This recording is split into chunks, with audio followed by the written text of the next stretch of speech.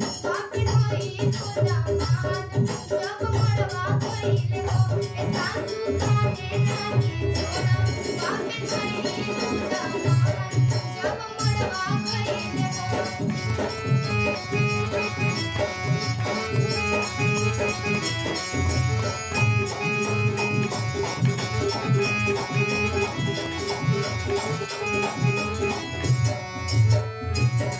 अगे माई अतना सुनर बाबू बाकी काजर लगे रहिले अगे माई अतना सुनर बाबू बाकी काजर लगे रहिले अगे माई साली सरमत मोई सच मजाक मारे रहिले अगे माई साली सरमत मोई सच मजाक मारे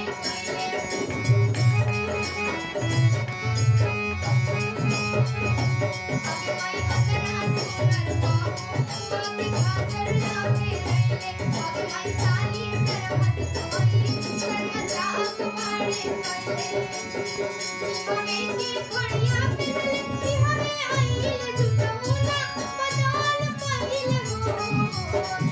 हमें के खड़िया पिनले कि हमें आइल जुटौना बदल पहिल हो सासू काहे नाही